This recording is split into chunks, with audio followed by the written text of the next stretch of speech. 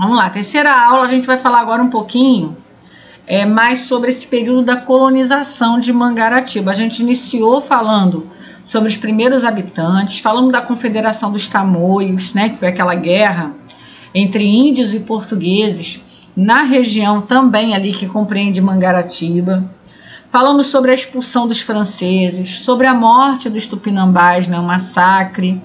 Depois falamos sobre como os aldeamentos foram sendo estabelecidos e aí Mangaratiba começou a se desenvolver quanto colônia, né, quanto sesmaria da capitania de São Vicente. Então agora a gente vai falar um pouquinho sobre como era a economia, né, como é que era as atividades econômicas durante esse período colonial, tá? Olha só, entre o final do século XVII, tá, e início do século XVIII, nós tínhamos em Mangaratiba como ponto forte, a maior produção econômica, o açúcar, tá? Gente, o açúcar não foi importante só para Mangaratiba, o açúcar foi importante para todo o Brasil durante esse período aí do século XVII, início do XVIII, tá? O primeiro produto econômico forte do Brasil foi o açúcar, foi o ciclo do açúcar, do engenho de açúcar. Depois nós tivemos como produto importante o ouro, né, que aí vem no século XVIII, a gente vai viver o ciclo do ouro, depois o café. E aí no século XX a gente vai ter a borracha, a citricultura e outros fortes impulsos econômicos dentro do Brasil. Mas nesse período que eu estou falando, que é século XVII, que é mais ou menos 1601, tá, até 1700, e o início do século XVIII é ali 1700 e pouquinho, tá? Durante esse período nós temos a produção do açúcar como ponto mais importante aí da economia de Mangaratiba e a produção de alimentos para abastecimento da capitania de São Vicente. Então vai se produzir outros alimentos, mas esses outros alimentos não tinham como objetivo a exportação, a venda, né, para o exterior e para outras regiões do Brasil.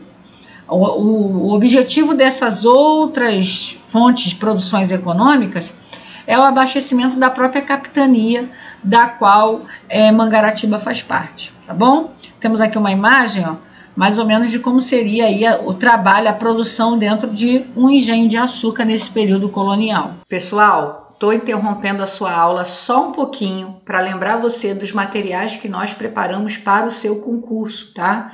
Você vai fazer o concurso de Mangaratiba. Além das aulas, é muito importante realizar questões e, melhor ainda, questões comentadas, tá? Com comentário no final para você tirar suas dúvidas. Então, nós estamos aqui trazendo para vocês esse material aqui, ó, no nosso site expressoconcurso.com.br. Tem um link aqui na descrição. Concurso Mangaratiba, aqui você vai encontrar, ó, quero saber mais, vai abrir para você aqui os nossos materiais, tá? Nós temos material de História e Geografia de Mangaratiba, Lei Orgânica, Estatuto, conhecimentos específicos para o cargo de merendeira, temos conhecimentos específicos para professor especialista, depois dá uma olhadinha lá que tem muita coisa boa, você, professor de Educação Física, de Filosofia, professor de História, conhecimentos pedagógicos e legislação educacional, isso é um combo coringa que serve para diversos cargos na educação e não somente em Mangaratiba, mas em outros concursos. São quase 1000 questões comentadas de conhecimentos pedagógicos e legislação educacional. E também você, meu amigo, professor de História, quiser aí fazer um curso comigo, só com a parte específica do seu cargo, com conhecimentos específicos de História, clica aqui também depois, ó, e dá uma olhadinha lá no nosso curso, tá bom? Aqui está o nosso material em PDF, História e Geografia, Lei Orgânica, Estatuto dos Servidores, conhecimentos específicos de merendeira. Você pode aqui, ó, baixar uma amostra grátis para você dar uma olhadinha como o nosso material está organizado, aqui, ó, Lei Orgânica, vem aqui para você tudo direitinho, tá? E se você quiser adquirir, clicou em adquirir, você vai lá na plataforma daqui Wi-Fi, tá? Que é a nossa parceira. Se você pagar com cartão de crédito ou com Pix, olha só, hein? Se você pagar com cartão de crédito ou com Pix, você vai receber esse material na mesma hora, tá? Esse material ele é em PDF, ele é enviado para o seu e-mail. Se você pagar com boleto bancário, tem que aguardar aí até 3 dias, né, para compensação do pagamento, tá bom? Então dá uma olhada lá, dá uma explorada aqui no nosso site, que você vai encontrar muito material bacana, acessível, que eu tenho certeza que vai acelerar os teus estudos e ajudar aí na sua aprovação, ok? Vamos voltar aí para a aula. Vamos lá? Agora o desenvolvimento econômico. Nesse período nós tivemos um grande desenvolvimento de algumas regiões. Já lá para o final, lá do século XVIII, né, entre o século XVIII e XIX, a gente vai ter aí um boom econômico. As regiões muito desenvolvidas já no final do século XVIII, início do XIX, são Itacuruçá, Sarri, Ingaíba e Itacurubitiba, tá? Ingaíba, que fica ali próximo a Itacuruçá, e Itacurubitiba, que fica ali mais próximo a Conceição do Jacareí, né? Então esses pontos aí da cidade de Mangaratiba foram regiões que se desenvolveram muito, né? Muito mais rápido do que as demais regiões.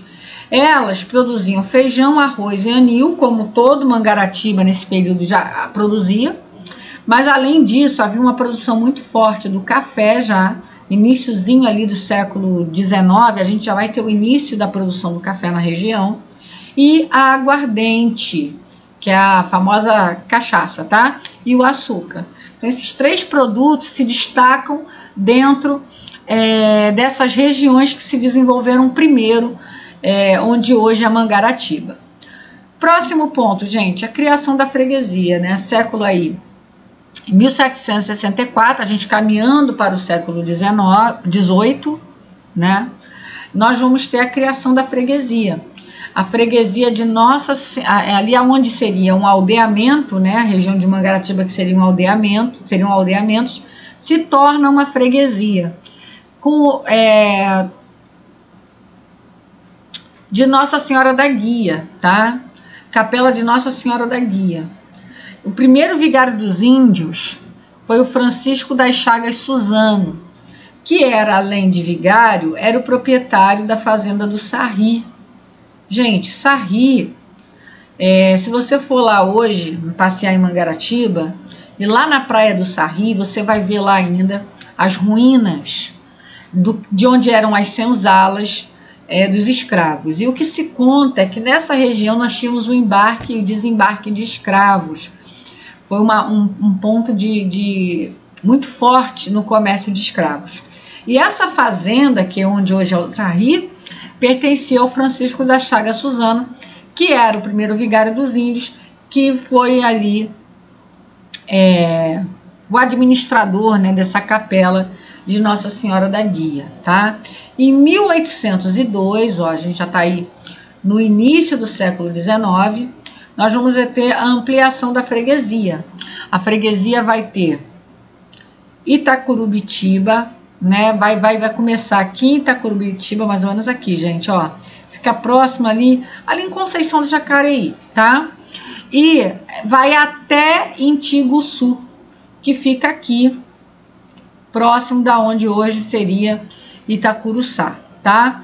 E nós temos aí mais as ilhas fazendo parte. Então, nós vamos ter essa extensão aqui, ó. Ficam com um território bem extenso, essa freguesia, tá? E vamos falar também do desenvolvimento portuário, que também vai acontecer entre o século XVIII, que é 1700 e pouco, ao século XIX, que é 1800 e pouco, tá?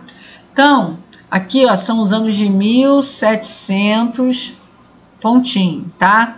Até os anos de 1800 e pontinho, para você ter uma ideia, tá?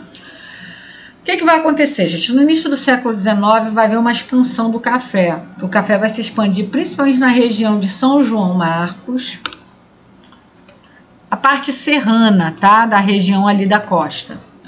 Ó, São João Marcos, Resende, Barra do Piraí e Barra Mansa e outras regiões ali, que é chamado do Médio Paraíba, tá? A região do Médio Paraíba. Nessas regiões vai se expandir o café. Só que o café produzido nessas regiões precisava ser enviado para a Europa, para outros países que compravam esse café. Como ele seria transportado? Por meio de navios. Qual era a região litorânea mais próxima dessas regiões? Mangaratiba, aquela Costa Verde como um todo, principalmente ali em Mangaratiba.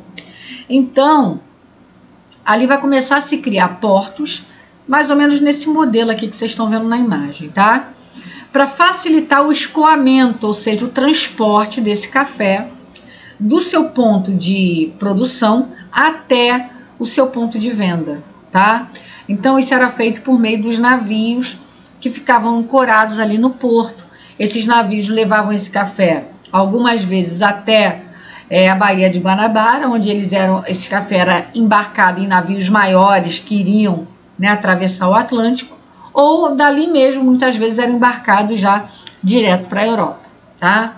Então esses portos vão fazer com que essa região se torne muito desenvolvida. Por quê? O café passa por ali. Então toda vez que você vai ver uma atividade comercial é igual você imaginar, não sei onde você mora, tá? Mas vamos supor que pensa aí num lugar que você conhece que não seja um lugar muito desenvolvido, um lugar meio parado, né? Um lugar assim meio morto de comércio.